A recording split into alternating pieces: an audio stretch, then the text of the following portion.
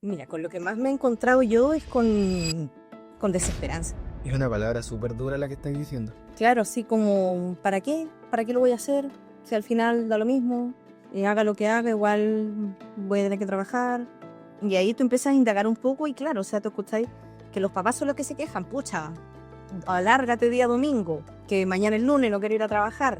Entonces los niños van viendo el cómo sus papás están tan cansados, están tan agotados, están tan choreados que decir, ¿para qué? O sea, ¿voy a llegar allá? Claro.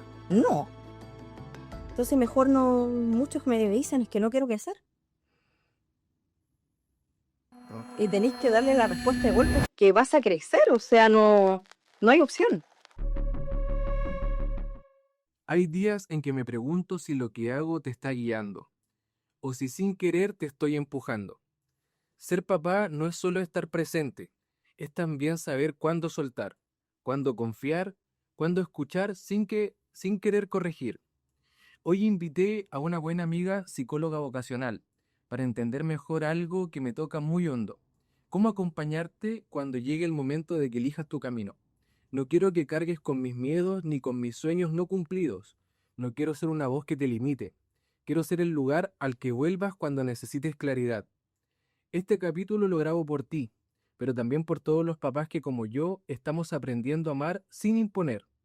Ojalá algún día cuando tengas que tomar decisiones importantes, recuerdes que acá siempre hubo un papá en proceso, intentando no ser perfecto, pero sí presente. ¿Cómo estás, Milicen? Hola, Muchas gracias. gracias gracias a ti por invitarme. Queridos amigos, hoy estoy con mi amiga Milicen, ella es psicóloga vocacional y en esta ocasión la quise invitar por lo mismo que introducía en esta carta para mi hijo Benjamín, que tiene relación con esas dificultades que vamos teniendo cuando queremos tratar de guiar, pero no pasarle nuestros miedos, nuestras incertidumbres ni nuestros deseos a nuestros hijos, y por eso siento que ella es la persona indicada para que nos pueda orientar un poco en esta conversación relajada, como te decía al principio, como que estuviéramos en nuestra terraza, para poder conversar de estos desafíos que tienen relación con cómo orientar a nuestros hijos con este paso tan difícil que es que ellos vayan a seleccionar, si es que primero si es que quieren estudiar una carrera profesional o si quieren ser emprendedores, si quieren ser artistas, cómo acompañarlos sin imponerle nuestros miedos, nuestra incertidumbre y nuestros deseos. Hay una estadística que me gustaría compartir contigo que dice que el 70% de los jóvenes en Chile cambia de carrera en los primeros 3 años de estudio. Hay otra que dice que los adolescentes que sienten apoyo emocional y validación de sus padres tienen un 40% más de claridad vocacional. Otra que me llamó la atención es que los padres que no pudieron concretar sus propios sueños tienden a presionar inconscientemente a sus hijos a completar ese vacío. Y por último, el 83% de los jóvenes afirma que lo que más influye en su elección vocacional no es la información académica, sino la conversación con figuras cercanas. ¿Qué te parecen estos datos, Mili, para que abramos la conversación de esta forma? Ya, mira, están súper acertados los datos y de hecho, con el primero que me compartiste, Ujú. casi el 90% se cambia de carrera o abandona el primer año. El 90, esa es la estadística que ustedes manejan. Es muy grande la cantidad de personas que el primer año dicen, no, esto no es, o esto no me gustó.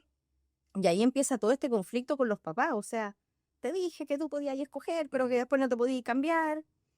Y claro, como dices tú, es muy fácil que inconscientemente transmitamos nuestras inseguridades o lo que nosotros quisimos hacer a nuestros hijos. Eso es normal, absolutamente. Sí, pasa muy seguido. O sea, es como no, o sea, que él escoja lo que quiera, pero que sea rentable, Ya. pero que tenga buen campo, porque yo no le voy a durar toda la vida, y un día me voy a morir, y él tiene que valerse por sí mismo, por sí misma. Entonces, estas estadísticas están muy, muy acertadas. Mili, ¿cómo uno puede orientar sin tener que caer en ese rol de imponer? Ya, lo primero es entender que los hijos van creciendo. Ya no es como, por ejemplo, que para tu hijo tú escogiste el jardín, tú escogiste el Ujú, colegio. Ya a cierta edad ellos empiezan a tomar sus propias decisiones. ujú. Desde, no sé, pues empezar a cómo se quieren vestir, cuáles son sus intereses, qué cosas les gustan. Y el decidir en que si van a estudiar o no van a estudiar. Hoy en día tenemos una invasión de información por redes sociales, Muchos quieren ser influencers, de hecho empiezan como a los 8 o 9 años, papá, quiero abrir un canal de YouTube. A esa edad está como registrado que los niños Empiezan Ya. con la curiosidad de que quieren ser influencer, que quieren grabar videos, ser youtuber, porque tienen mucho acceso a esa información. Y la información también sesgada de que es la panacea y que con eso van a estar listos, Ya. o que van a poder vivir de eso toda la vida. Y que si se esfuerzan y realmente lo quieren, claro, ¿por qué no? Pero es importante siempre, yo les digo a los papás que entreguen información y que esta información sea desde lo concreto y desde los hechos más que desde tu propia emocionalidad o tu propia experiencia. Puedes compartir tu experiencia con tu hijo y está perfecto. Pero así como, mira, hijo, mira, las estadísticas son estas. Claro, tú ves, no sé, porque la Pamela Díaz se hace millonaria por Claro. YouTube, pero es Pamela Díaz, la conoce mucha gente. Y en cambio, no sé, pues si hubiese un canal, me seguirían, ¿qué? 3 personas. Entonces, es importante eso. Yo siempre les digo entregar información a los hijos y escucharlos. La mayor información tú siempre la vas a obtener escuchando. Ok. Siempre escuchar a los hijos. Por mucho, claro, puede decir, no, es que no tiene experiencia. Pero también puede tener mucha sabiduría tu hijo y enseñarte cosas. Los hijos muchas veces nos van a mostrar cosas que no conocemos. Yo cuando necesito entender algo le pregunto a mi hijo que tiene 14 años a veces. Digo, mira, ¿sabéis que un paciente me está hablando de tal cosa? De este mono que no lo entiendo. Y a veces el que tiene 10 me dice, mamá, mira, es este. Ok. Entonces, escuchar siempre es súper importante. Mili, ya vamos a volver al tema netamente de lo que tiene relación con cómo orientar a los papás que nos están viendo y a las mamás también. Pero me gustaría antes también conocer un poquito de ti, que nuestra audiencia pueda conocer cómo te gustó este tema de la psicología, en qué momento decidiste aperturarte el camino de ayudar a los adolescentes a encontrar su vocación. Cuéntame un poquito sobre ti. Ya, bueno, yo soy psicóloga de profesión. Ujú. La universidad solamente se abrió la especialidad del área clínica. Entonces, por formación yo soy psicóloga clínica. Ok. Pero por azares de la vida, empecé a trabajar desde que me titulé en establecimientos educacionales. Y ahí descubrí que sí, que ayudar a los adolescentes me gusta mucho. Estuve haciendo clases también un tiempo, cosa que yo pensé que la pedagogía para mí no era. Y me di cuenta que sí me gustaba, que me gustaba escuchar a los adolescentes y también poder ayudar a sus papás, que es donde se genera a veces el mayor conflicto. Y a la orientación vocacional llegué como todo en mi vida por accidente. Ya. Pandemia, teleclases, teletrabajo, estrés, la casa colapsada prácticamente. Tú tienes 2, ¿verdad? Yo tengo 2 hijos. Ya. El más pequeño incluso es autista. Ya, ok. Y en pandemia él estaba en prekinder, entonces yo estaba haciendo clase mientras él estaba descompensado gritando debajo de la mesa. Muchas veces tenía que hacer clase así, con él en brazo. Entonces ya el colapso era pero gigantesco. Y sumado a ese colapso, a mi jefa no se le ocurre nada mejor de decir, Mili, ¿quieres trabajar en otra cosa? ¿Hacer algo más? Y dije, ¿ya qué quieres más? A esta altura ya no puedo. Me dijo, mira, queremos potenciar el área de lo que es el ingreso a la universidad de los chiquillos del colegio. Y un profesor se va a hacer cargo de todo lo que es la preparación para la prueba, pero necesitamos una psicóloga que nos refuerce en el área vocacional. No sé, pues ver el tema de los test, las entrevistas, ver si puedes, no sé, agendar algunas charlas online. Ya dije, ningún problema. Yo lo hago. Y después empecé Como no tengo nada que hacer. Claro, como no tengo nada que hacer, yo lo hago. Y empecé a revisar, oye, esto sí, ya las charlas, coordinando, digamos, con el profesor que se iba a hacer cargo de la parte de la prueba, que a todo esto paréntesis no fue muy difícil porque era mi esposo y vivía con él, así que era tomarte y hablar del tema. Entonces, empecé a ver que me faltaba a mí un poco de preparación en este tema. Ya. Que si bien, claro, tenía las herramientas básicas desde el área educacional, que ha sido mi mayor experiencia, me faltaba un poco de preparación más técnica. Y buscando por internet, llego a la Universidad Adolfo Ibáñez, en donde ellos tienen ahí la preparación en lo que son las nuevas tendencias en orientación vocacional. Okay. Porque la orientación vocacional ha pasado por muchos cambios, desde la Primera Guerra Mundial hasta ahora. O sea, es una historia muy larga y muy bonita. Entonces ahí yo ya empiezo a estudiar y digo, oye, esto es muy, muy interesante. Y empiezo a ver que claro, que acá en Iquique no hay mucha información con respecto a esto. Es un nicho de trabajo muy bueno, muy grande. Tiene sus desafíos como todo.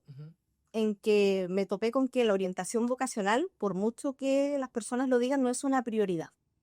Exacto. No es una prioridad. Pese a que es una decisión demasiado importante en nuestras vidas. Claro, o sea, yo muchas veces en sesiones tengo momentos un poco más tensos con los papás en que me dicen, no, es que tu programa es muy caro. Le digo, pero te va a salir más caro que tu hijo se te cambie de carrera 2 o 3 veces. Claro. Tiene mucha relación. Claro, y ya un poco más desde las vísceras, así como, oye, la entrada que le pagaste al concierto sale 100 lucas más que esto. Entiendo. Entonces no es una prioridad. Sobre todo acá en Iquique, que estamos en provincia. Conversaba el otro día con una amiga que es profesora en Santiago y me dice, nosotros acá en Santiago recién estamos en los colegios con un plan piloto. O sea, dijo, de aquí a que esto baje Iquique, va a pasar mucho tiempo. Exacto. O yo mismo les pregunto a los chiquillos que llegan a mí, le digo, ya, a ver, ¿el colegio te prepara en el área vocacional? Sí, hacen algunas charlas, la feria vocacional, pero ellos también sienten que cuando van a las universidades, más que orientarlos vocacionalmente, van como a venderles su producto. Ok. Tratar de meterlo en las carreras que ellos están buscando. Claro, o sea, contéstame este test vocacional, pero por ejemplo, si alguien quiere estudiar medicina y la universidad no tiene medicina, en el test no te va a salir medicina por ningún lado. O sea, viene muy cercada las preguntas. Demasiado sesgado, Ya. demasiado sesgado, entonces cuesta. No, ningún espacio te da esto así como, ya, a ver, cuéntame cuáles son tus intereses, o exploremos, no sé, cuáles son tus facilidades para aprender, o cuáles son los desafíos que estáis teniendo, o cuál es tu historia, desde la conversación que hay en tu familia, el tema económico es un tema, el que si tú no tienes una beca o no tienes gratuidad no vas a poder estudiar y eso también te está limitando y está haciendo tomar el camino de que no, mejor no voy a la U y estudio un técnico o hago otra cosa, o me voy a trabajar a la minera. Entonces está difícil el tema vocacional. Lili, ¿tú crees que a los 17, 18 años una adolescente, un adolescente se encuentra capacitado para tomar una decisión tan importante como al año siguiente inscribirse en una carrera y que esa sea su carrera definitiva? ¿Es una edad o tú crees que deberían ser un poco más grandes para tomar esa decisión? ¿O está correcto? Pueden tomarla siempre y cuando hay una preparación previa. Ya. O sea, yo digo que ideal es que los colegios empiecen a preparar a los niños primero medio o incluso antes. Desde la psicología, ¿qué es lo que dicen las estadísticas cuando un adolescente ya empieza a sentir ese deseo profundo o empieza a mostrar el camino que a él le gustaría seguir cuando sea adulto? Bueno, siempre hay indicadores a los que uno puede poner ojo. Ya. Porque me pareció un buen dato para los papás que Claro. están viendo. Por ejemplo, también dejarnos un poco así como, no, es que por ejemplo, no, él quiere ser médico, si de chiquitito jugaba a ser médico. Ya, es súper tierno y todos tenemos ese recuerdo de nuestros hijos, pero eso va a ir cambiando. Ya los intereses se van a ir forjando en la adolescencia y tú si pones ojo, te vas a dar cuenta cuáles son los intereses de tu hijo. Y ser, digamos, bien abierto a la hora de escuchar y de observar. Por ejemplo, si a tu hijo le gusta el fútbol, no ponerte, digamos, en el escenario en que no, es que de los futbolistas, uno en un millón gana plata y hace tal cosa. Pero quizás le gusta el fútbol, pero también está orientado al deporte. Tengo un adolescente que es seco para la pelota, pero dice, no, yo no quiero ser futbolista. A mí me gusta porque hago deporte, me mantengo activo, pero en realidad lo que yo quiero es irme a Santiago a estudiar para ser director técnico. Ok. Y si por ahí no sale, mi plan B es estudiar kinesiología y trabajar en el área deportiva. Él, al parecer, por lo que tú me comentas, en ese caso en específico es un chico que tiene como las cosas súper claras. Pero es un chico también que desde niño se le ha permitido explorar, Ya. se le ha permitido que se equivoque, que escoja. Es súper importante eso. Es muy importante eso, el que tú permitas desde niño que tomen pequeñas decisiones. No sé, pues, por ejemplo, cuando están chiquititos, a tu hijo, por ejemplo, ya, te querés lavar los dientes con el cepillo verde o el amarillo.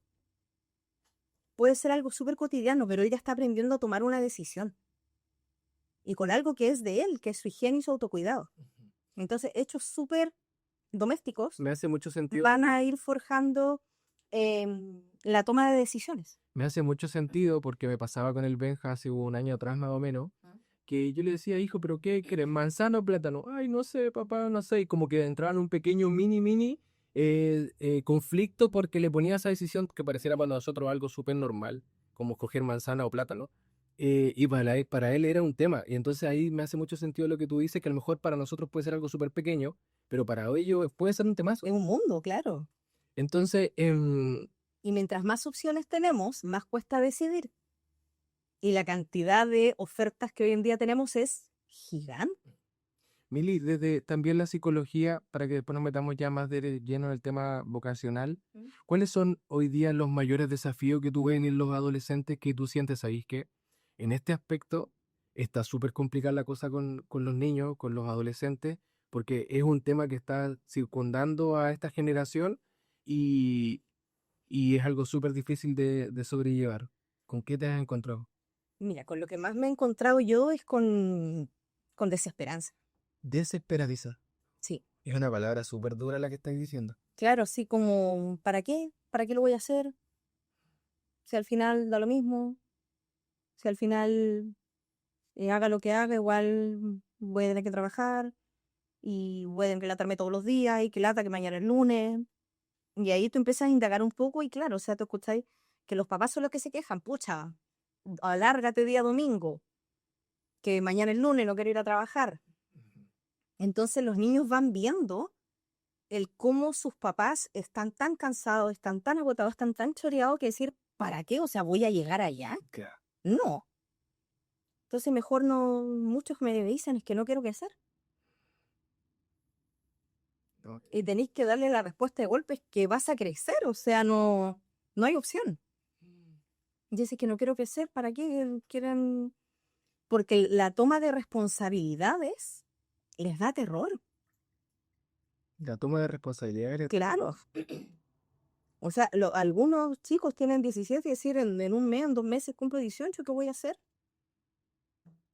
Es muy grande, no recuerdo mucho, yo siempre tuve, a mí me pasó lo contrario. Yo desde primero, segundo medio tenía súper claro lo que quería estudiar, que era comunicaciones audiovisual. Tuve la fortuna de muy pequeño, me gustaban las comunicaciones, la animación, todo ese tema, pero a la inversa, yo sí tenía claro lo que quería estudiar, pero en tercero medio hacemos la llamada telefónica para la universidad donde yo quería postular y nos dieron el valor y era un valor irreal. Ya. O sea, No había opción de pagar. exactamente. Entonces ahí pasó otra cosa, que yo tenía claro lo que quería estudiar, pero no estaba el dinero para estudiarlo. Los recursos, claro. Entonces, em, ese es el recuerdo que yo tengo de esa decisión que se toma entre tercero, cuarto medio, segundo medio. Y es que yo tenía claro, pero no podía pagarlo. Hoy en día, ¿tú sientes que no están claros o que también los recursos siguen siendo un temazo? Porque pese a que, por lo que yo he visto, hay harta beca hoy en día, hay como más alternativas que hace Que las 15 que teníamos años, nosotros. exacto, que hace 15, 20 años atrás, pero sigue siendo un gran tema el tema de los recursos. Sí, sigue siendo un tema, porque la educación en Chile sigue siendo cara, eso no cambia. Sigue siendo cara y si tienes una beca o si tus papás, no sé, pues hacen el esfuerzo por pagártela, añades una presión más. No sé, el otro día me encontré con una chiquilla a la que yo le hice clase que está en tercer año de la U y yo le pregunto, hola, ¿cómo estás? Mal, pues, ¿por qué? ¿Qué te pasa? Es que me quiero cambiar de carrera y no sé cómo decirle a mis papás. Que me imagino que de esos casos un montón. No quisiera estar en tu pellejo. ¿Y por qué no le quería decir? Digo, porque mis papás, ellos son 3 hijos y cada uno se lleva por 5 años. O sea, sale uno de la U y entra el otro. Se supone. Entonces los papás los agarraron a los 3 y decir, ustedes tienen 5 años para sacar una carrera, yo les voy a pagar una carrera y después viene su hermano. O sea, acá no hay opción de que no, que me atrasé, que no quiero, porque después viene tu hermano. Entonces, es una presión gigantesca la que añades a los hombros de esa persona. Exacto, pero digámoslo un punto en esos papás dando esa indicación. ¿Está correcto que ellos sean súper honestos y a veces hasta duros y que le carguen esa mochila gigante al adolescente en decirles, yo voy a hacer el sacrificio, te lo voy a pagar, pero no tenemos margen de error? ¿Es correcto? ¿Habla desde la honestidad más cruda y dura? ¿O es demasiada la presión que se les está poniendo? ¿O es la forma en la que se les dijo la incorrecta? Es la forma. Ya. Porque, a ver, ¿es una presión inmensa? Sí.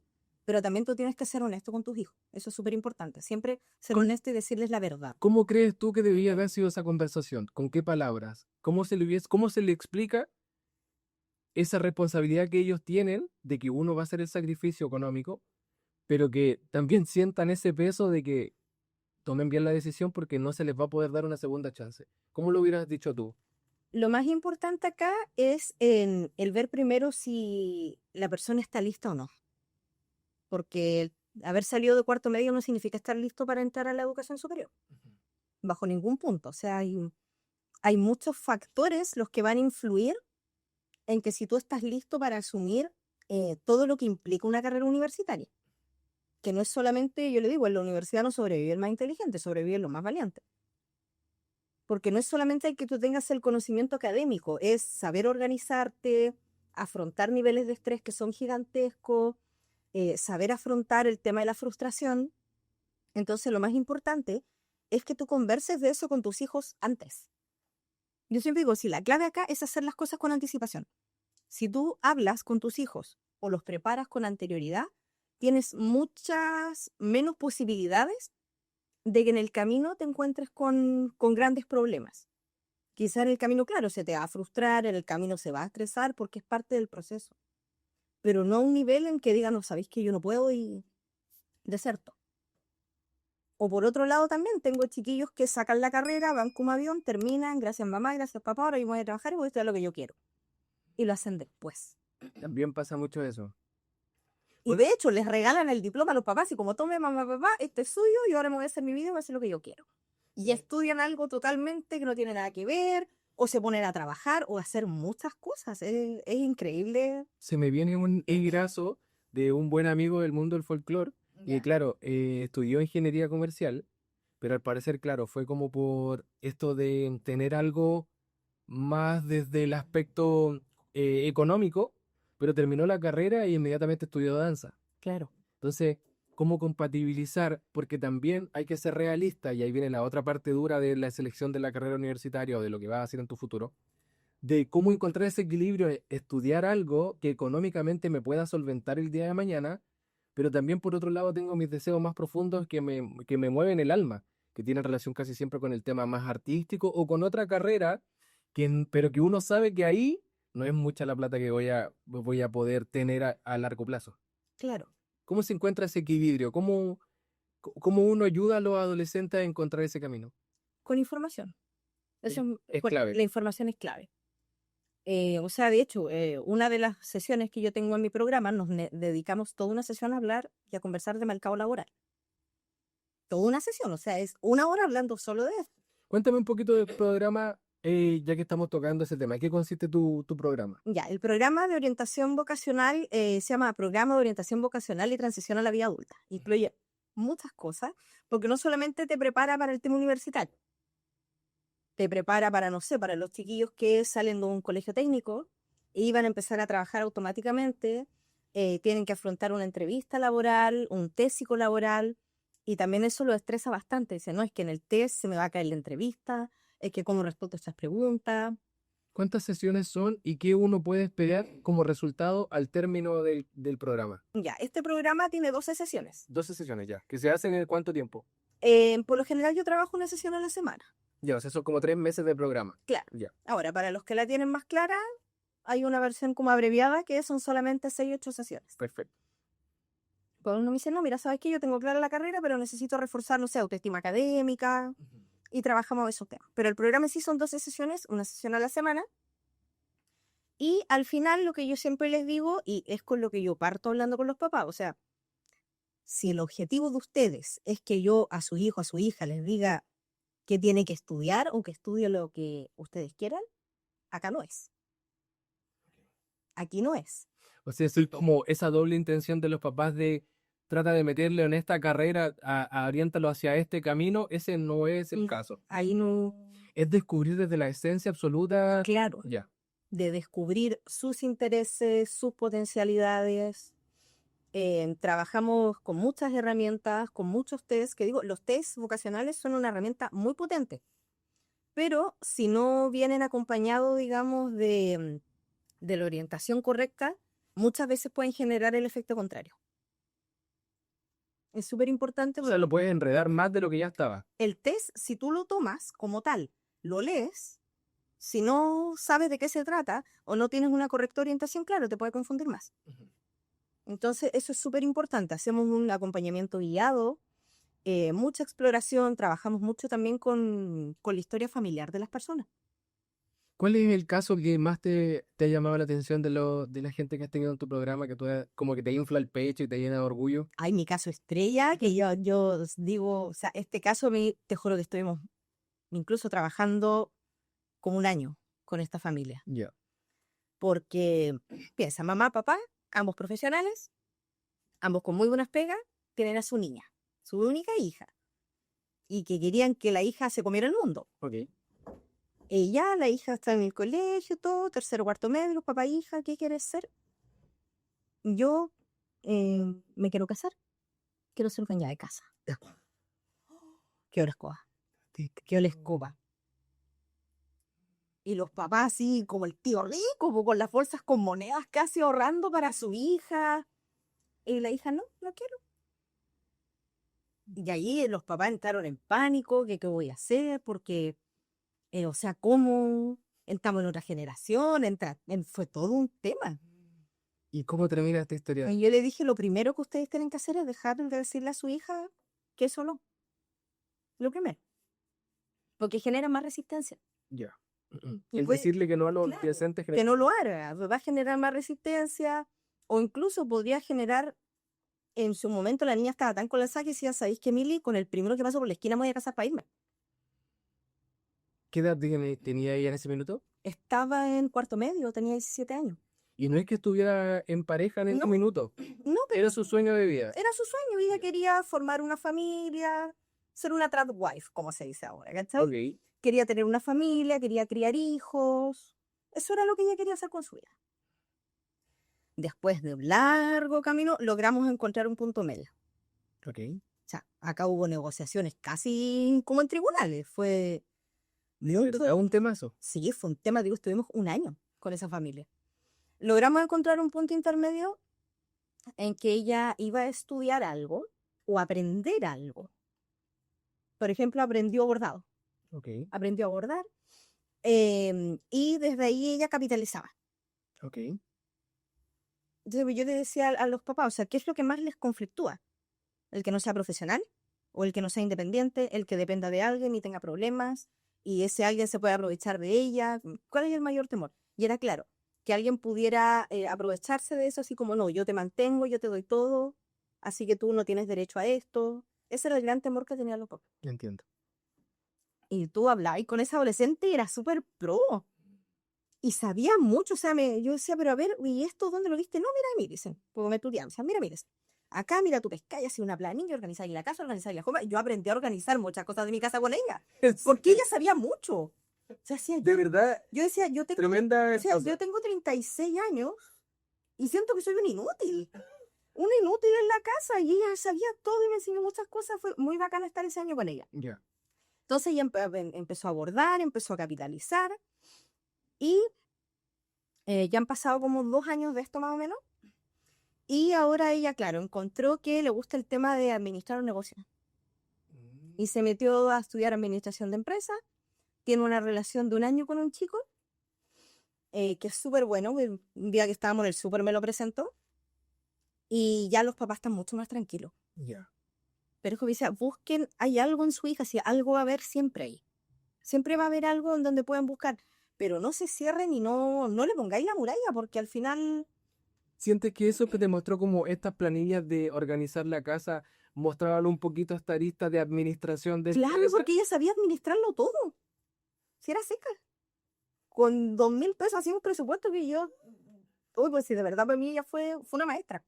Oye, Emily, y ya que estamos en nuestro programa Papá en Proceso, ¿qué tanto influye la imagen paterna, el apoyo vacacional del hijo o esta inspiración a los hijos, hijas, en esta decisión tan importante? Mucho, desde el modelo. Mucho influye desde el modelo, porque hasta cuando tú no piensas que tu hijo te está mirando, tu hijo te está mirando. Desde esto de que, por ejemplo, si tu hijo ve que tú haces lo que realmente amas, lo que realmente te hace feliz, si es que ve que tú no sé, pues no te postergas como ser humano individual, para poder hacer tus cosas pese a que cumples muchos otros roles, todo eso lo va mirando. Al final, de los aprendizajes de los hijos, yo diría que el 95% es de lo que ellos ven, Solo por modelo. solo por modelo. Yo no puedo decirle a mi hijo, no fumes, fumar es malo si estoy fumando. O sea, no le va a hacer sentido. Va a decir, ¿por qué me dice que fumar es malo si ella está fumando? No. Entonces, desde el cómo uno es un modelo para los hijos, eso es súper importante, porque lo que tú les muestres va a decir, no, yo quiero hacer esto o no, yo quiero hacer todo lo contrario. Entonces, uno como imagen paterna, uno es un referente súper importante para los hijos. ¿En qué momento el niño o el adolescente logra esos ejemplos o ese modelo que es el papá poder decir, esto es bueno, lo quiero repetir, o esto es malo y no lo quiero hacer? ¿A qué voy con esto? Por ejemplo, en mi caso, la ausencia de mi padre, siento que me ofreció dos caminos. No sé si comentaba esto antes en el podcast. Me ofreció dos caminos. O repetir exactamente y transformarme en un papá ausente, totalmente alejado. em, ese ejemplo del medio. O tenía el otro camino cuando fui papá de ser absolutamente el padre que yo tal vez hubiese querido tener, la mejor alternativa dentro de mis recursos, dentro de mis capacidades, dentro de mis talentos para mi hijo. Pero ahí se me abrieron dos opciones. Entonces, ¿en qué minuto uno logra como tener ese discernimiento de decir, mi papá fuma, voy a fumar? O no, mi papá fuma, pero fumar es malo, no voy a fumar. La mayoría de las decisiones se toman cuando nos vemos enfrentados a la situación. ¿Ya? O sea, lo más probable es que esa decisión, quizás desde lo consciente, tú la tenías tomada hace mucho tiempo, pero la verdadera decisión la tomaste el día que tu hijo nace, o el día que te enteres en que vas a ser papá. Ahí desde lo más profundo se toma la decisión. Ok, tiene que haber como un hecho canónico que te marca y que te hace tomar decisiones. Las decisiones, la mayoría de las veces, se toman cuando nos vemos enfrentados a las situaciones. O sea, yo puedo decir, no, ya, ¿sabéis qué? No voy a fumar porque hace mal. Pero de repente estoy carreteando y me ofrecen pucho y de repente, pucha, quiero probarlo, la presión social. O por último, quiero probarlo y ver qué onda. Entonces, las decisiones uno las toma en ese momento, cuando se te presentan las situaciones. Entiendo. Sí, me hace mucho sentido porque lo comenté también acá, que yo nunca quise ser padre. O sea, dentro de mis proyecciones, imagínate, hoy día estoy haciendo un programa que habla de paternidad responsable. Y nunca quisiste ser Y papá nunca, desde el... nunca. Ya. O sea, dentro de mi proyección yo tenía como muy claro que quiero estudiar comunicación audiovisual, después me di cuenta que no se podía, estudié otra carrera, la congelé, me di cuenta que me gustaban los negocios y me dedico a eso por más de una década. En esa matemática nunca estuvo tener hijos. Ya. No fue algo que me motivaba. Nace mi hijo y en ese minuto cuando lo tomo en brazos, se dispara algo en mí que nunca había sentido. Es un amor que no se puede comparar, que no tengo cómo describirlo. Que relaciones de pareja, el amor de mi madre, el amor de mi tía, el amor de mis hermanos, Es distinto a todo. de mi abuelo, es distinto. O sea, no hay nada que se le pueda comparar. Es literal ese amor que tú dices, si a él le falta algo y yo lo tengo, Se lo doy. no tengo ningún problema. Si es necesario dar la vida, para nosotros los varones en general, no sé, para las mujeres, no estoy en esa posición, dar la vida por una de las personas que nosotros amamos no tiene mucho peso, la verdad. O sea, lo entregamos sin mayor problema. Sobre todo si es por un hijo o hija. Entonces, efectivamente, cuando me puse en esa situación, ni siquiera en el proceso de embarazo, Ya. yo no fui esos papás que tocan la guatita, nunca logré hacer esa conexión, nunca me forzaba. La madre dijo como, oye, pero tócale la guatita, háblale porque te está escuchando. Así como tocando con una realidad. Exacto. Yo muy virgo a mis cosas, así como muy literal. ¿Ya? Entonces decía, pero ¿por qué me va a escuchar? O sea, no. Y esas cosas como que yo no las podía ver. No pensabas que iba a escuchar, bueno, por un tema, la vibración de la voz masculina es mucho más profunda, por tanto escuchas más la voz del papá que de la mamá, aunque no lo anda cargando todo el santo día. Datazo, esa no me la sabía. Sí, pues las vibraciones de la voz masculina son mucho más profundas, Al ser más graves, llegan más. el tema es que yo nunca logré hacer esa conexión, pero además mi hijo nació a los 7 meses. De hecho, casi no llega a este mundo. Por eso que yo creo que también fue más impactante su nacimiento. Entonces nunca me voy a olvidar ese. que vi la publicación, pero ¿cómo nació esta guagua? ¿El baby shower fue qué? ¿Ayer? Nunca me voy a olvidar. Literal, una Sí, de hecho, semana. llamé al tiro así, pero ¿cómo me decís que nació la guagua? Sí, es verdad. No se veía por dónde. Nosotros fuimos a un control, ¿Ya? al control de los 7 meses, a las 9 de la mañana, y ahí pasó algo muy lindo, que yo que soy creyente en Dios, se lo adjudico totalmente a él, porque nosotros teníamos control a las 5 de la tarde, ¿Ya? con el doctor de cabecera que tuvimos durante todo el embarazo. Y por esos azares de la vida, el día anterior nos llaman y nos dicen, sí, que ustedes tienen control mañana a las 5 de la tarde, pero el doctor al parecer iba viajando, sí, iba viajando, así que tenemos que adelantarlo para las 9 de la mañana, de ese mismo día. Ya. Ya, perfecto. Fuimos, y el doctor muy seco, fuimos a las 9 de la mañana y le dice, ¿qué te pasa? Y me dice, no, nada, a ver, pásame tu brazo. Le toma la presión, disparadísima, ella sin ningún síntoma. A ver, vamos a la camilla. Y vuelve a chequear. Y sabes que se te envejeció la placenta. El Benja no está recibiendo ni alimentación, ni ya se hizo dentro. Hay que sacar a este bebé. Ahora. Ahora ya. Y ella como que no lograba entrar en sí, que De lo que estaba pasando. dije, ¿estás clara que nos vamos a ir ahora? Ya no puede ser en la clínica, va a ser en el hospital. Muy choqueada. Van a sacar el Benja. No, va a estar todo bien. No, de verdad, ahora van a ser. No, va a salir todo bien. Esto pasó, ponte tú a las 9 de la mañana. Yo soy súper malo con los horarios y los pesos y todas esas cosas. Pero a las 2 de la tarde nació, pero hasta la 1 recién le vino un ataque de llanto y de histeria, porque recién ahí hizo el clic cuando ya la habían aseado, preparado con la batita y el gorrito y todo el tema. Ahí recién como que entendió que el Benja iba a nacer en ese minuto. Hasta antes estuvo en una negación y en un shock absoluto, que no entendía nada de lo que estaba pasando y ella pensó que seguíamos en el control. Y lo otro, el loco que pasó fue que el Benja quedó 27 días en incubadora. Pero la mamá de Benja, recién a la tercera noche, porque nosotros íbamos a visitarlo, volvíamos a la casa, estábamos todo el día en el colegio, en el hospital, a la tercera noche, a las 5 de la mañana, escucho un grito en el baño y un llanto desgarrador. Y al tercer día de mi hijo haber nacido, ella se da cuenta que no estaba en la cuna. Y los gritos y llantos que habían en el baño era porque recién ella hizo finalmente el clic completo de que el Benja había nacido, de que no estaba al lado de ella en la cuna, sino que estaba en el hospital solito, con 1,8 kilos. Y de verdad que ese proceso fue súper duro porque no lo lograba asimilar. Hasta como te digo, después de 72 horas tal vez. Entonces, creo que tomarlo en brazo tan menudito, tan chiquitito, hizo también que fuera tan impresionante esta conexión que yo generé con él.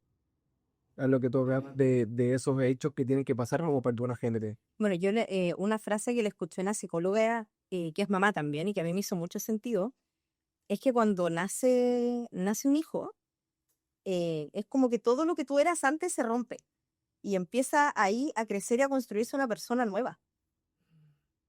Yo lo creo. Entonces, por eso es tan heavy, si tener un hijo es un tema muy, muy impactante, o sea, con mayores o menores desafíos. Y por ejemplo, yo no tuve la experiencia que tuviste tú de que un hijo mío fuera prematuro, Yeah. pero sí con mi segundo hijo hubo una situación compleja en el parto y yo estuve, a ver, mi hijo nació a las 8 de la noche y yo no lo pude ni ver ni nada hasta el otro día a las 8 de la mañana. Entonces yo estuve 12 horas sin saber nada. ¿Tú estabas consciente que no sabías nada, querías verlo y no podías, o caíste en una situación de que perdiste el conocimiento hasta el otro día? No, no perdí el conocimiento, pero estaba tan anestesia que estaba de verdad como en otra. Ya, Porque aparte yo con mi segundo hijo yo me esterilizo. ya. Entonces, si bien desde la literatura o bibliografía médica no hay mayor antecedente, es extremadamente doloroso. O sea, yo sentía que tenía una pierna por allá, la otra por allá. Entonces, vamos con morfina, miércoles. Entonces yo de verdad estaba en otra, no sabía nada, no cachaba nada. Lo único que yo le decía al papá, lo único que le dije, me acuerdo, no te separes de él hasta que lo traiga. Ok, Entonces le confié todo y allá. A mí no me veas, anda para allá y encárgate. ok. Yo soluciono, tú Yo encárgate solo- del otro hijo. Yo soluciono el dolor, que siento que no tengo piernas, que estoy en otro planeta con la morfina, eso lo veo yo. Yo, todo anda para allá. Mili, no sé si quieres tocar ese tema, pero a lo mejor le puede ser súper útil a la gente que nos ve. Comentaste al principio que uno de tus hijos tiene una condición de autismo. Sí, mi hijo Rafael es autista, el menor. Ya, ¿nos podrías contar alguna situación, algún ejemplo y cómo lo has resuelto de uno de los momentos más duros que has tenido por la condición de tu hijo, que tú dijeras, sabes que es bastante el desafío, pero sí me partió el alma, sí me dolió bastante cuando pasó esto en específico? Bueno, yo siempre he dicho que la conexión que yo tengo con él es súper intensa. Pese a que él no es mi primer hijo, la conexión que yo tengo con Rafael es muy distinta a la que tengo con el mayor. Es muy diferente. Em, de partida, bueno, él nace y ya como a los 2 años empezamos a mirar así como algo tiene. Entonces yo cuando miren, A los 2 años. así como no. Yo miraba con mi esposo y decía, no, sí, acá algo hay, algo tiene. Y ahí empezamos típica, ya llevémoslo al neurólogo, vamos viendo. Y a los 2 años y medio nos dicen, no, mira, ¿sabes qué? Está muy chico, sí, pero lo más probable es que estemos ante un niño autista. De ahí empezó toda la historia. Porque literal, cuando a ti te entregan un diagnóstico, hay incluso hasta un proceso de duelo por el que pasas. Porque ya no es, o sea, muere el hijo que tú creías que tenías y te ponen enfrente al hijo real, al hijo que tienes. Y empiezas a pasarte un montón de rollos con que, y si no puede hacer esto, y cómo se va a adaptar, y que cómo se va a integrar, y que pucha, que tiene que aprender tiene que tomar terapia para aprender a jugar con los otros niños, que son cosas quizás súper normales y cosas por las que yo no pasé con mi hijo mayor, porque David hasta el día de hoy, y toco madera que está suicida, con David ha sido la pega súper fácil. David me ha hecho la vida, pero maravillosa. Con David cero drama. Entonces todos mis temores se vuelcan en ese momento. Empezar a asumir ese tema de cómo lo voy a hacer con él, digo, la pandemia fue, pero un temazo con el Rafa. Gigantesco. Al poco tiempo, y por un tema mío, que yo creo que te lo conté, yo tuve síndrome de burnout por un tema de estrés. Y ahí, bueno, empecé a tomar terapia, todo lo demás, y empezó el psicólogo a darse ciertas cuenta de ciertas cosas mías. A mí se sabéis que yo tengo sospechas con respecto a ti de que tú también puedes ser una mujer que está dentro del espectro. Y así como, ya, pero ¿cómo? Así como voy a ser autista. Siendo que sé de autismo, dije, no, ¿cómo voy a ser autista? Imposible. Y empezamos, claro, a repasar hechos de mi niñez hasta ahora. Y claro, terminé siendo, como muchas personas de nuestra generación, un adulto súper sobreadaptado a las situaciones. Y me llega el diagnóstico. Y ahí entra el siguiente momento, la culpa. O sea, hay evidencia de que probablemente el tema del autismo ocurre en el embarazo. Entonces yo siempre le digo a mi esposo, yo voy a vivir pensando en que yo a Rafa le quité algo. Y eso va a ser así hasta el último día y no va a haber terapia que me lo quite. ¿Cachai? Entonces ahí se genera otro momento que es la culpa. Y ya el momento más heavy que tuve yo con Rafa, que si bien podríamos asociarlo o no a su autismo, es cuando en el 2021 Rafa casi se muere. Rafael en el 2021 porque él, aparte, es asmático. Entonces estábamos con todo este tema de la pandemia, que el COVID, vacunas para acá, para allá, y el Rafa empieza como con una típica crisis de asma que le da. Entonces ya, ¿sabes qué, amor? Voy a dejarse con la guagua porque está con la crisis para que lo nebulicen y listo. Y me dicen, no, es que por pandemia no estamos nebulizando. Y yo así como, ya, ¿pero qué hago? Yo también me fui a urgencia pública pensando que ya, que si esto se agrava, igual va a llegar a dar allá. Y no, es que no, es que no, es que no, a lo más, no sé, lo vamos a inhalar con el salbutamol, ese todo. Yo le dije, aparte, mira, el niño está con fiebre, PCR, aparte, que es súper doloroso para uno, más el que con su autismo tiene un trastorno de integración sensorial, entonces todos los estímulos sensoriales para él son extremos. Entonces, hacerle el PCR, había un griterío en urgencia, era gigante. La cosa es que ya nos mandan a la casa. Yo veo el niño, sigue mal, ¿sabes qué? Me lo voy a llevar a la clínica. De ahí en la clínica, que obviamente no voy a decir el nombre del doctor, pero porque no quiero que lo despidan porque él infringió una norma para salvarle la vida a mi hijo. Y eso va a mí más que suficiente para agradecerse. Entonces ya lo nebulizó todo, pescó, dijo, ya, está bien. Dijo, pero estate atenta, si algo pasa, traer. Me voy a la casa, acuesto a mi hijo, a todo esto ya eran como las 3 de la mañana, me tomo un té para ir a acostarme y siento algo que no era ruido ni nada, pero eso que sentís tú nomás, así como acá. Voy a ver al Rafael. Y el Rafa estaba sentado en la cama y de verdad nunca había visto yo unas costillas que se hundieran tanto. Y me dice, hermano, no puedo respirar. Yo ya, hijo, vamos a urgencia, no. Llamo un Uber, todo lo demás. Y el Uber iba manejando, pero a miles de kilómetros, pero era madrugada, no había mucha gente, y yo iba con el pañuelo y con la guagua en brazo. Pero la guagua, yo abría la ventana para que le entrara aire y más se ahogaba. Y ya en un rato, cuando estamos casi llegando a la clínica, yo veo que Rafael tiene como las cuencas de los ojos, acá y acá, ni siquiera morado, era un azul profundo. Y empieza a botar espuma por la boca. La cosa es que llegamos, yo llego y paso corriendo, el guardia me grita, señora, no puede pasar. Me doy vuelta a ver la guagua y el mismo guardia como que me empuja y me mete para adentro. Y ahí pesca, lo ponen en la camilla. El doctor me dijo, ¿hace cuándo pasó esto? Recién. Dije, si vengo bajándome del Uber. Me dice, tú te demoras 5 minutos y tu guagua llega muerta. Tu hijo se muere. Y ahí empezaron que el oxígeno, que pinchazo en el cuello por todas partes, y con su tema de integración sensorial el Rafa gritaba. Al doctor le llegó un combo, a mí me llegó una pata en la guata, porque aparte yo tenía que ayudar a sujetarlo. Y ahí dejé toda la psicología de lado, que no, yo lo miro, le agarro la cabeza y le digo, Rafael, o te calmas o te mueres. Yo jamás le había hablado a ese hijo, nunca. O te calmas o te mueres. Y el Rafael quedó choqueado y estiró los brazos y se va a hacer de todo. De todo. Entendió perfecto el mensaje. Yo no sé qué cara habré tenido también, pues. La cara de loca la tengo de naturaleza, imagínate qué cara pasó en ese momento. ¿Cachai? Entonces, esos han sido momentos para mí con él súper heavy. Súper heavy. Ahora igual lo cambiamos de colegio. ¿Cómo le cuento que lo voy a cambiar de colegio? Porque para los cambios hay que prepararlo. Para cambios mínimos, o sea, no sé, voy a cambiar de lado la tele.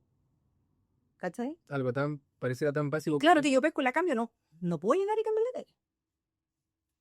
O por ejemplo, Rafa, vamos a ir al mall, el papá se va a cortar el pelo.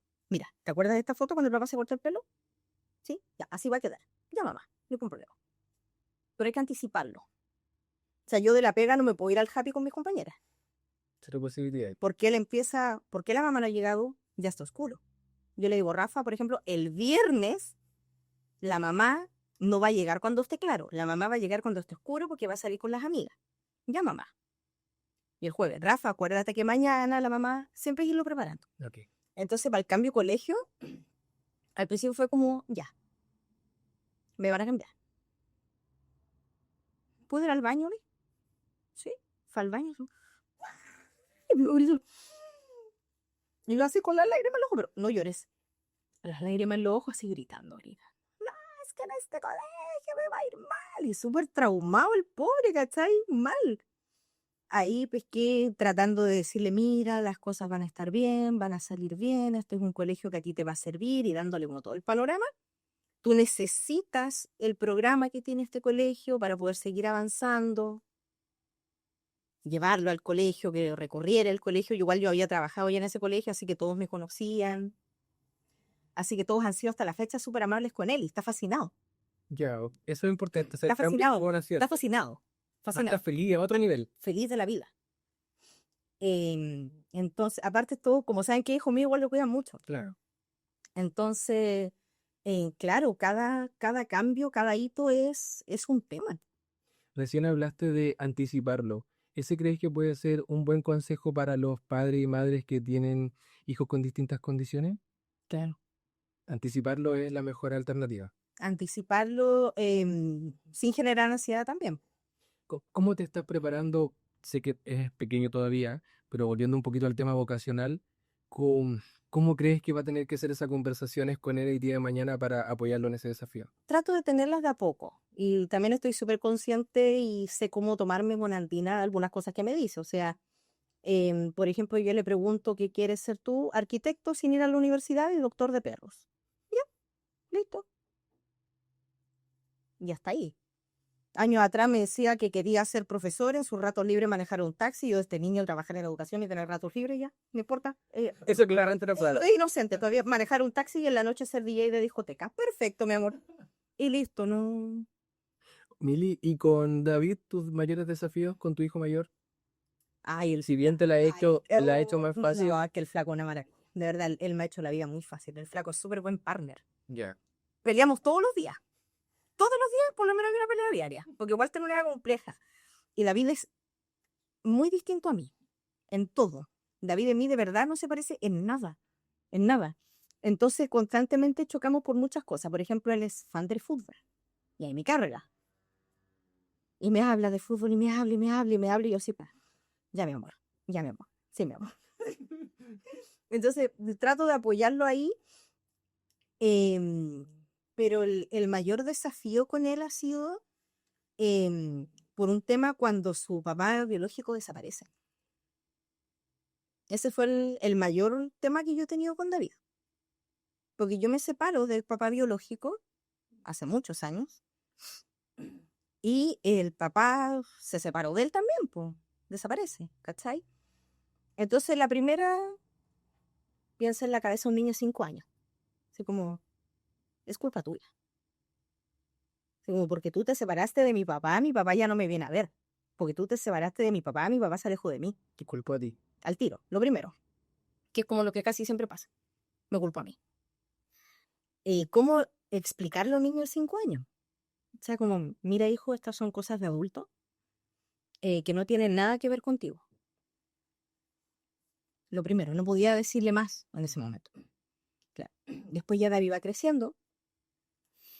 El solito me dice, mamá, tú me dijiste que cuando mi papá se fue, que esto eran temas de adultos y no tenían nada que ver conmigo.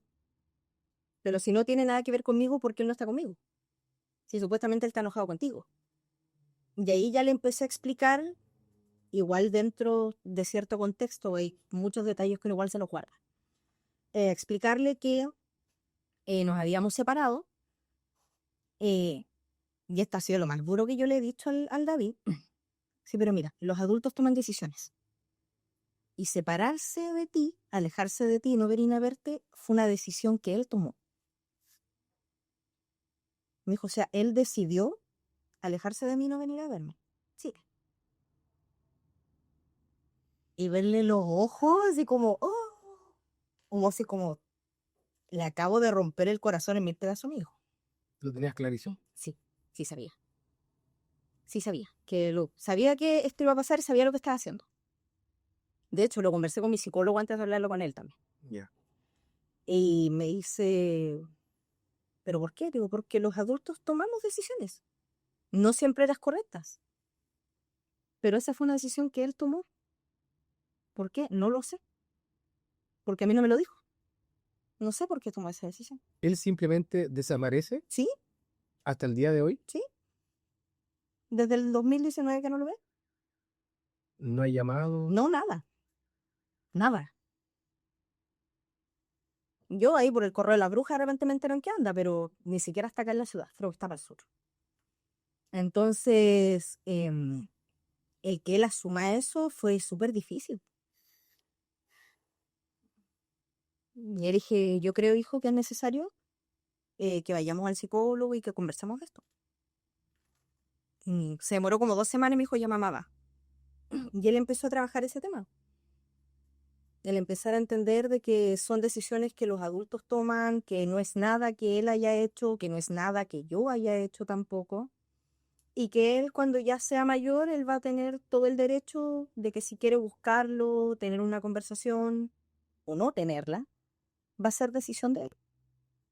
¿Cuánto le afecta en el desarrollo, sobre todo con el tema de su personalidad, a un niño esa ausencia de un padre que simplemente se marcha sin decir por qué, sin decir adiós? Es súper heavy porque tú vas viendo en las conductas del diario el cómo eso te va afectando, el cómo eso les va a ir afectando. Inmediatamente. Por ejemplo, en este caso, mi hijo, él siempre trata de agradar a las figuras masculinas. Ya. A las mujeres las hace enojar y no le importa. Porque sabe que la figura femenina está y no se va. y está presente, y aunque él se equivoque y haga cosas, la figura femenina materna está. Pero siempre tiene temor que la figura masculina lo vuelva a abandonar. Entonces él siempre trata de agradar a la figura masculina. Y es un patrón muy inconsciente que se da. ¿Y es reiterativo en estos niños o niñas? A veces sí. Ya.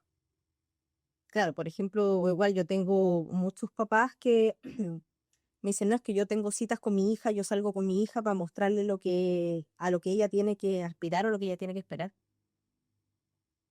Y yo le digo, pero ¿cómo ella va a saber que una pareja tiene que ser así de detallista con su mujer si tú no lo haces con su mamá?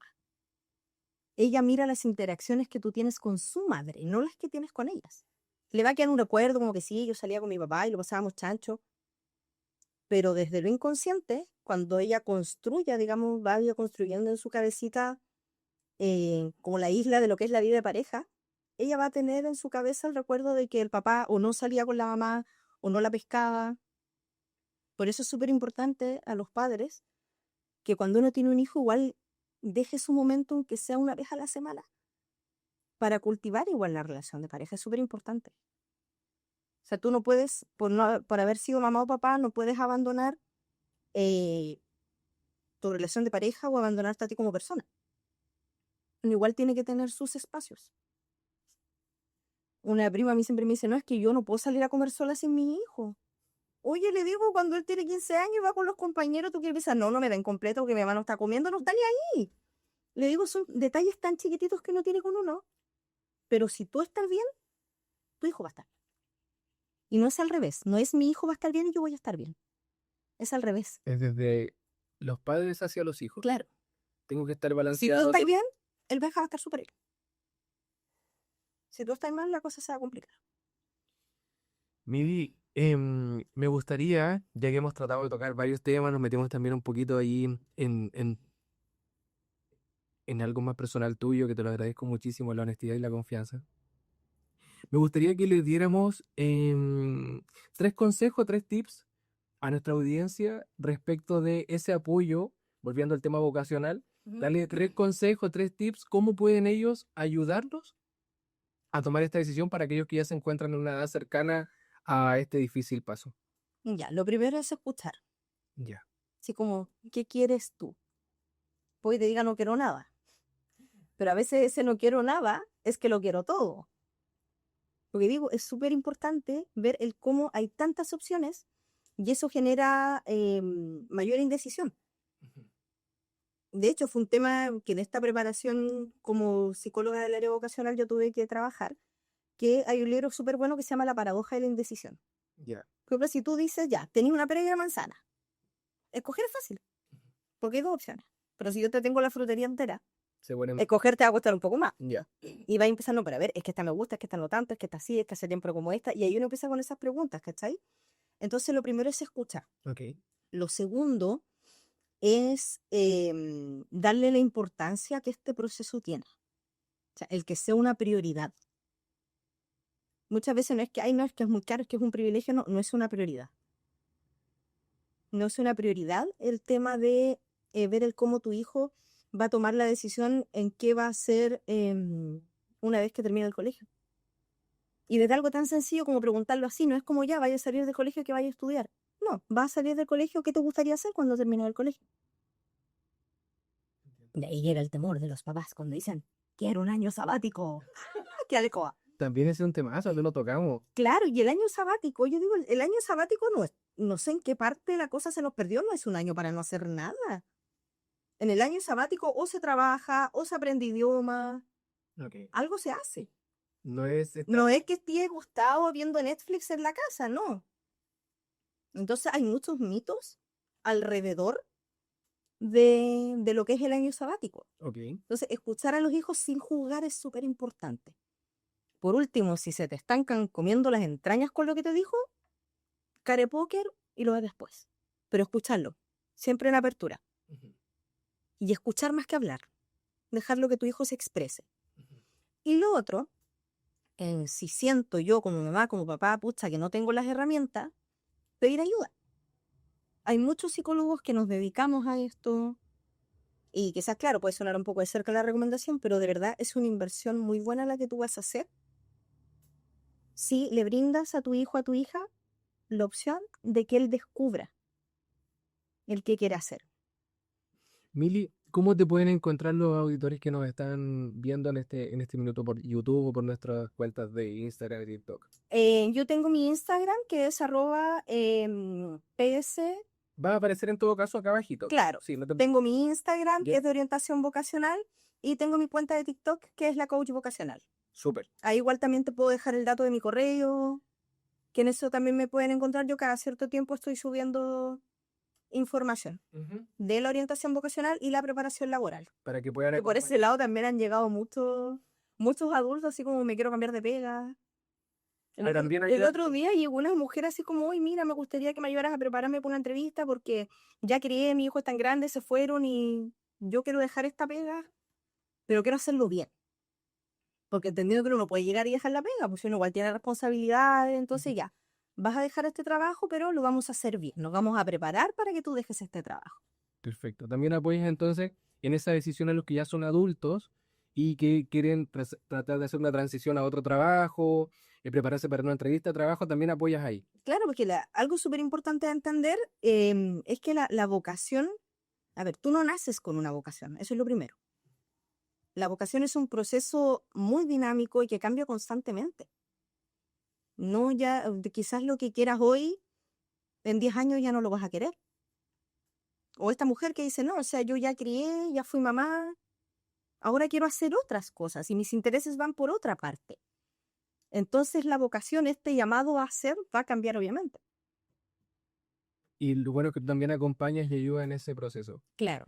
Mili, y este programa que es Papá en Proceso, nosotros nos gusta cerrarlo con un mensaje para si el día de mañana uno de tus hijos ve este capítulo, nosotros nos gusta dejarle como un mensaje de con qué te gustaría que ellos quedaran de la mamá y que fuera como una frase, mira, yo me puedo ir tranquila si el día de mañana mis hijos rescatan esto de mí. Si ellos se quedan con esta imagen en específico de una mamá tanto, tanto, tanto, yo puedo partir feliz. ¿Con qué mensaje te gustaría dejarles a tu hijo? Yo me doy por pagada, David y Rafael, con que ustedes hagan lo que los haga felices. Pese a todo, como lo ha hecho la mamá. Yo siempre les cuento mi historia a ellos. De que yo me fui muy chica de mi casa porque quería hacer lo que yo quería. Que de hecho, ¿no? Que en mi familia muchos no querían que yo estudiara psicología. Dada la cabeza que yo tenía, querían que yo fuera abogada. Pero no, pues yo no quería ser abogada. Tampoco quería ser psicóloga, si eso no va a entretener.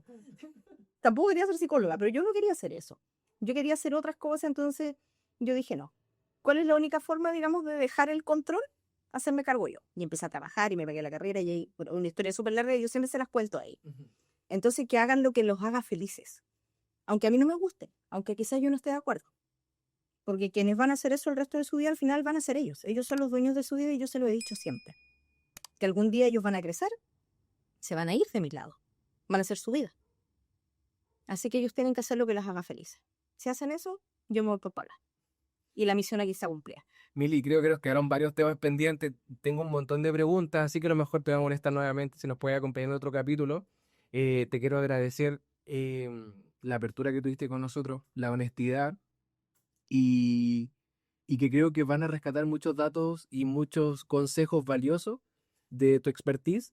Así que, querida amiga, te doy las gracias por acompañarme en esto que estoy comenzando y a cada una de las personas que me están apoyando con un capítulo, se lo agradezco de corazón. Así que muchas gracias, amigo. Y gracias a ti. Queridos amigos y amigas, nos despedimos de este capítulo. Les voy a dejar acá abajito el contacto de Mili para que se puedan apoyar con ella, la tremenda profesional que la recomiendo 100%. Así que eso, nos vemos en otro capítulo de Papá en Proceso.